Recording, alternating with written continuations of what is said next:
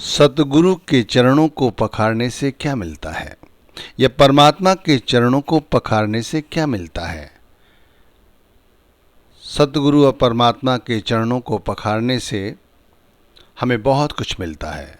बहुत सारी किस्से कहानियाँ सुने होंगी आपने, कथाएं, जिसके अंदर ऐसा होता था कि संत या परमात्मा जब भी आते थे तो लोग, राजा लोग अपने सिंहासन से उठ जाते थे और वहाँ अपने सतगुरु को, परमात्मा को बिठाते थे, फिर उनके चरणों को पखारते थे, धोते थे। चूँकि ये कलयुग है, अब ऐसा हमें देखने को नहीं मिलता, लेकिन बहुत सारे ऐसे किस्से हैं, ऐसी कथाएं हैं जिनसे हम बहुत कुछ सीख सकते हैं। कहते एक बार का जिक्र है, जैसे महाराज श्री राम जब वन को चले तो एक समय ऐसा आया कि अयोध्यावासी भी उनके साथ ही चल पड़े कि जहाँ वो रहेंगे वहीं हम भी रहेंगे 14 वर्ष तक के लिए। तो रात्रि के तीसरे ही पहर वो उठ गए और सुमंत जी को समझा बुझाकर लौटा दिया और खुद लक्ष्मण, जानकी जी तथा अपने मित्र निषाद राज के साथ आगे चल पड़े।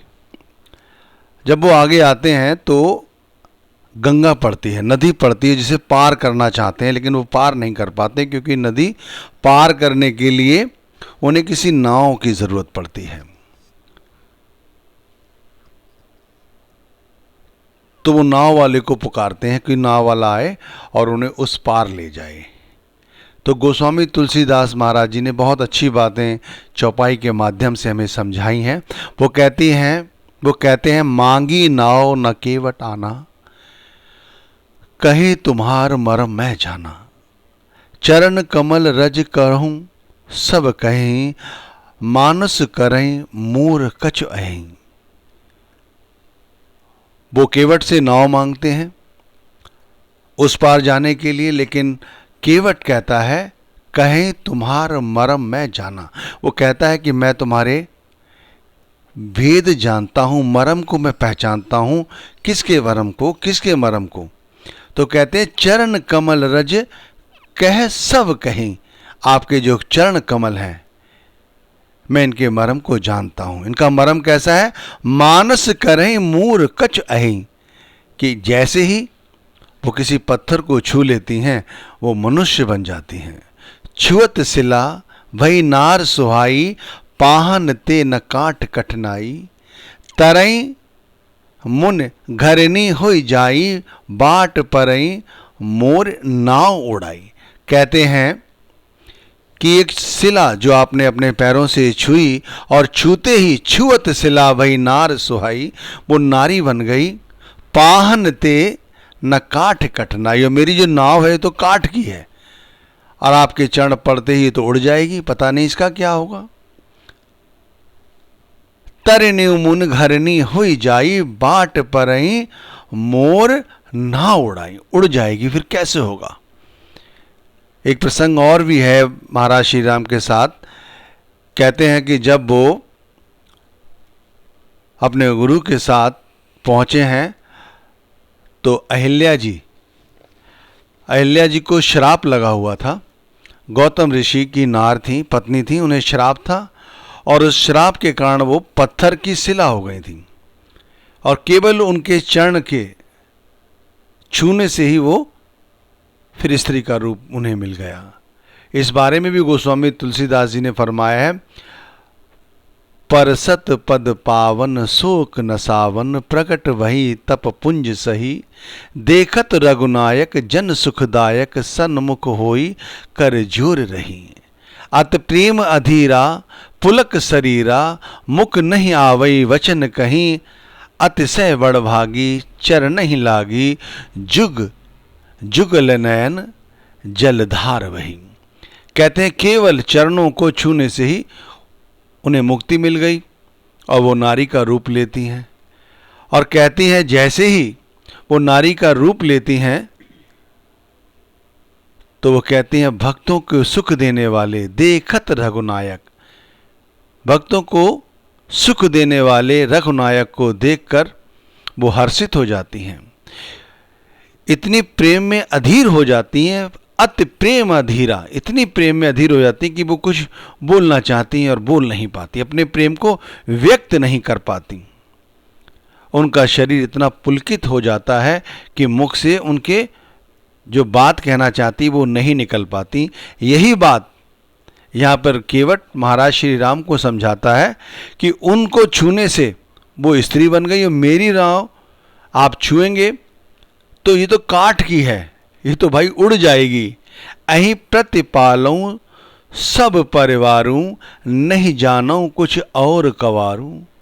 जो प्रभु पार अवहीं सा चहूं, मोहि पद पदम पखारन कहूं। किस तरह कहता है केवट कि महाराज मैं इसी नाव से अपने सारे परिवार को पालता हूं, देख रेख करता हूं। यही प्रतिपालूं सब परिवारों, सारे परिवार की व्यवस्था मेरी इसी नाव से होती है।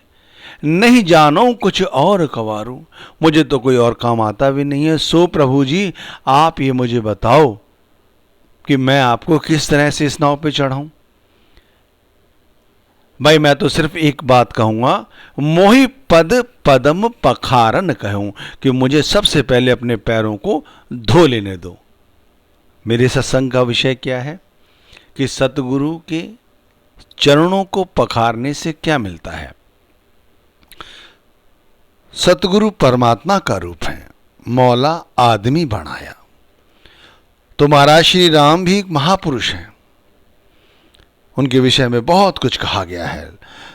शास्त्रों में तो उन्हें परमात्मा तक बताया गया है। आज भी लोग उनका नाम जपते हैं, उनकी आराधना भक्ति करते हैं। तो यहां पर भी केवट क्या कहता है, मुझे कुछ नहीं आता, मैं अपने सारे परिवार को इसी नाव से पालता हूं, जो मुझे मिलता है उसी से मेरा घर चलता है। लेकिन यदि आप चाहते हैं कि मैं आपको गंगा के उस तरफ ले चलूं तो मुझे सबसे पहले अपने पैरों को पखार लेने दीजिए।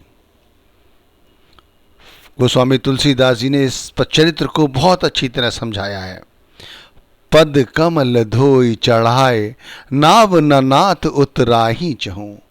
कहते नाथ मुझे कुछ नहीं चाहिए।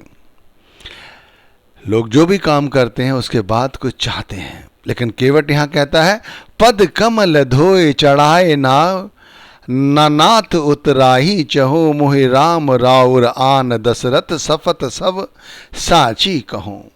वर तीर मारहूं लखन पे, जब लग न पाऊं पखारी हों, तब लग न तुलसी दास नाथ कृपाल पार उतारी हों। कहते मैं तब तक पार नहीं उतारूंगा जब तक कि मैं आपके चरण कमलों को ना धो लूं। फिर चाहे मोहि राव राखूं आन दशरथ सफत सब साची कही। मैं महाराज दशरथ जी की कसम खा के कहता हूं मुझे कुछ नहीं चाहिए। और फिर चाहे वर तीर मारूं लखन पे, चाहे मुझे गुस्से में लखन जी तीर ही मार दें, लेकिन मैं आपको उस तरफ जभी ले जाऊंगा। पद कमल धोई चढ़ाए, नाव न नाथ उतरा ही चहूं, जब तक कि मैं आपके पैरों को पखार नहीं लूंगा और मुझे कुछ नहीं चाहिए। देखो भक्त जानता है कि वो किससे क्या कह रहा है, और महापुरुष भी जानते हैं कि वो क्या चाहता है भक्त। कई बार आपने ऐसे प्रसंग सुने होंगे कि हमारे सतगुरु कहीं जा रहे थे, सुने हैं ना, और अचानक ही कहते हैं गाड़ी वाले से या खुद ब खुद उस रास्ते पे चले जाते हैं जहाँ पर उनका कोई प्यारा होता है और उन्हें दर्शन देते हैं। देते नहीं देते हैं, क्या उसे पता था कि वो आज अपने सतगुरु के दर्शन करेगा? नहीं पता था, लेकिन चूंकि उसके मन में ऐसी निष्ठा थी, आराधना थी, भक्ति थी और उन्होंने दर्शन दिए। तो ये जो प्रसंग है ये हमें बहुत कुछ सिखा रहा है। सीखने की ज़रूरत है, समझने की ज़रूरत है। जहाँ हमसे रोज कहा जाता है कि सिमरन करो, भजन करो, हम सिमरन भजन भी इसलिए करते हैं कि बाद में या पहले ही कुछ आसक्ति रखते हैं। लेकिन यहाँ केवट कैसे समझा रहा है, पद कमल धोई चढ़ाए, नाव न नाथ उतरा ही चहूं। उसे कुछ भी नहीं चाहिए, केवल चरण पखाड़ना चाहता है। और किस तरह से विश्वास दिलाता है, कभी उनके पिता दशरथ जी की सौगंध खा के कहता है। और देखो, जब आप व्यक्ति भक्ति करता है तो कुछ डर भी होते हैं। उसे लक्ष्मण जी से डर है कि वो तीर मार सकते हैं, लेकिन उनकी भी वो परवाह नहीं करता। सुन केवट के वैन प्रेम लपेटे अटपटे, बीसे करुणा नैन चितई जानकी लखन तन। कहते हैं केवट के इस तरह प्रेम भरे वचनों को सुनकर प्रेम लपेटे अटपटे, अटपटे से तो हैं लेकिन इन सभी में प्रेम छुपा हुआ है। मैं चरण पखाड़ना चाहता हूं, एक बात। दूसरी बात, मुझे कुछ नहीं चाहिए। तीसरी बात, मैं दशरथ जी की सौ खाता हूं। चौथी बात कि चाहे मुझे लखन जी तीर ही मार दें। अटपटे से शब्द हैं, लेकिन फिर भी उन शब्दों में प्रेम है। महाराज श्री राम केवट के जो विचार हैं, जो भावनाएं हैं, वो समझते हैं, ठीक हमारी तरह। गोस्वामी तुलसीदास ने इसे और अच्छी तरह आगे समझाया है। कृपा सिंधु बोले मुस्काई, सोई करूं जय अब नाव न जाई। वेग आन जल पाए पखारूं, होत विलंब उतारे ही पारूं। कृपा सिंधु कहते हैं, यहां पर महाराज श्री राम को कृपा सिंधु कहकर व्यक्त किया गया है कि वो मुस्कुराते हुए बोले, भाई जो करना है करो, सोई करूं जही तब नाव ना जाई। भाई जैसे ही करो, लेकिन अब करो, क्योंकि बेग आन जल पाए पखारूं, जल्दी से जल ले आओ, मेरे पैरों को पखारो, क्योंकि अब विलंब नहीं करो। अगर विलंब किया तो वहां पर सुबह हो जाएगी। सुबह होते ही जो अयोध्यावासी सोए हुए हैं वो जाग जाएंगे। सुमंत जी उन्हें कितना ही समझाएंगे, फिर वो मेरे पास आ जाएंगे। जास नाम सुमिरन एक बारा, उतरहि नर भव सिंध अपारा। सोई कृपाल केवट निहोरा, जेहि जग किए तिन पगहु तिथोरा। कहते हैं जास नाम, कहते हैं एक बार महाराज श्री राम का नाम जपने से या गुरु का नाम जपने से, परमात्मा का नाम जपने से उतरहि नर भव सिंधु अपारा, ये संसार रूपी भव सागर पार कर जाता है। उन्हीं कृपा सिंधु आज किस तरह से अपने भक्त से कहते हैं, सोई कृपाल केवट निहोरा। वो केवट के निहोरे करते हैं। कहते हैं महाराज श्री राम केवट के निहोरे करते हैं। जेहि जग किए ते पग ते थोरा। भाई जो भी करना है करो, मेरे चरण पखारो। देखो इस तरह से महाराज श्री राम अपने भक्त के आगे कहते हैं। एक ऐसा प्रसंग और था जिसमें 52 रूप लेकर कहते हैं विष्णु जी आते हैं और 52 रूप धर के वो उनसे कहते हैं 3 पग धरती मांगते हैं। वो किस्सा अलग है, उसमें मैं जाना नहीं चाहता। सिर्फ कहने का भाव समझिए कि महाराज श्री राम, ये जो हमारे इष्ट हैं, या जो हमारे सतगुरु हैं, जो हम जिनसे प्रेम करते हैं, वो हमें भी खुश करने के लिए हमारे आगे किस तरह से हमसे बात करते हैं। क्या वो नाव ज़रूरत है उन्हें, वो तो ऐसे ही पार कर जाते, लेकिन किस तरह से उन्होंने ये सारी भूमिका बनाई, किस तरह से केवट के हृदय को, ऐसे मान लीजिए हम सब केवट हैं इस समय। जास नाम सुमिरन एक बारा, उतरहि नर भव सिंधु अपारा। सोई कृपाल केवट निहोरा, ते जग किए तिहु पग ते थोरा। और केवट क्या करता है, पद नरख निरख देव सर हरसी। ये सब देख के मां गंगा हर्षित हो गई। सुन प्रभु वचन मोह मत करसी, केवट राम रजा यस पावा।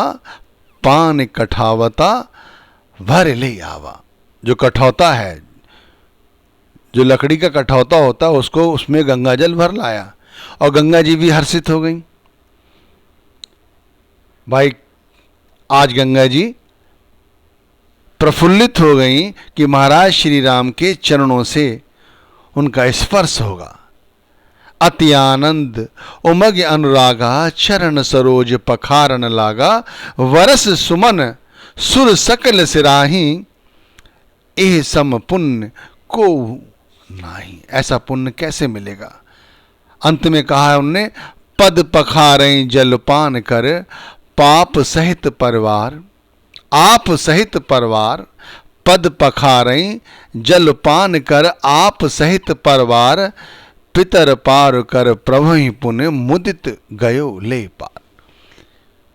चरणों को पखारा, फिर उस जल को खुद पिया और अपने परिवार को भी पिलाया, और कहते हैं अपने पितरों को भव सागर से पार कर फिर आनंद पूर्वक श्री राम जी को गंगा के पार ले गया। ये छोटा सा प्रसंग है जिसमें ये समझाने की कोशिश की है कि सतगुरु के या महापुरुषों के या परमात्मा के या श्री राम के चरणों को पखारने से क्या मिलता है। भाई चरणों को पखारने से कहा है कि सब कुछ मिलता है। आज हमारे सतगुरु हमसे बहुत दूर हैं भाई, वो इतने दूर हैं कि हम उन तक नहीं पहुंच सकते, और उनके भी इतने सारे प्यारे हैं कि हमारे पास कैसे पहुंच सकते हैं। लेकिन एक जरिया है उन तक पहुंचने का, वो है नाम का सिमरन करना। जब हम नाम का सिमरन करें पूरी तवज्जो के साथ, यानी सुरत के साथ, केवल मन के साथ नहीं, केवल जुबान के साथ नहीं, केवल शरीर के साथ नहीं, शरीर के साथ सिमरन करने बैठ गए, शरीर का काम हो गया। जुबान से नाम जपने लगे या जप्पा जाप जपने लगे, मन लेकिन इधर उधर चलता रहा तो फायदा नहीं। यहां पे अगर सुरत अपनी सत्ता संभाल ले, पूरी तरह से सुरत अपनी सत्ता संभाल ले, तो शरीर, मन और इंद्रियां ये सब एक साथ जब सिमरन करने लगती हैं तो हम भी मन ही मन अपने सदगुरु के चरणों को पखार सकते हैं, सिमरन करते करते पखार सकते हैं। सुरत में एक बार डूब जाने से ध्यान में अपने सदगुरु के चरणों को पखार सकते हैं। भाई ये बहुत अनूठा ज्ञान है, इसमें प्रेम छुपा हुआ है। अहिल्या जी के पास पहुंच जाना, उन्हें मुक्ति दिलाना, कहाँ वो पत्थर, कहाँ महाराज श्री राम का वहाँ पहुँच जाना, किस तरह से अपने भक्तों के कष्टों को हरने के लिए तापस वेश विशेष उदासी 14 वर्ष राम वनवासी कैकेयी द्वारा ये वर मांग लेना। फिर उन्होंने इतने सारे कष्ट सहे, क्यों? क्योंकि वो चाहते थे कि राक्षसों से संपूर्ण धरती को मुक्त करा लिया जाए, उनके जो भक्त हैं, उनके जो प्यारे हैं, उनको वो अपने दर्शन दें। और किस तरह से वहाँ से चले फिर केवट, और पता नहीं फिर कितने उनके अन्य भक्त, आप हनुमान जी को जानते हैं, सुग्रीव जी को जानते हैं, विभीषण जी को जानते हैं, और कितने सारे राक्षसों का उन्होंने वध किया। तो आज के सत्संग का जो प्रसंग है वो बड़ा ही मनमोहक है, समझने योग्य है कि भाई इस कलयुग में अगर हम अपने सद्गुरु के चरणों को पखारते हैं तो ये हमारे लिए सौभाग्य की बात है। लेकिन भाई आंतरिक तौर पर अपने सद्गुरु के चरणों को पखारो तो बहुत कुछ मिलेगा। इतना कुछ मिलेगा कि अपनी झोली हम कितनी भी भर लें, उनके देने में कोई कोर कसर नहीं रहेगी। इसीलिए ये प्रसंग बहुत ही अच्छा है, इसे सुनना चाहिए और अपने सद्गुरु के रोज चरणों को पखारना चाहिए। कलयुग में इस तरह की भक्ति करने पर हमें बहुत शांति और आनंद प्राप्त होता है।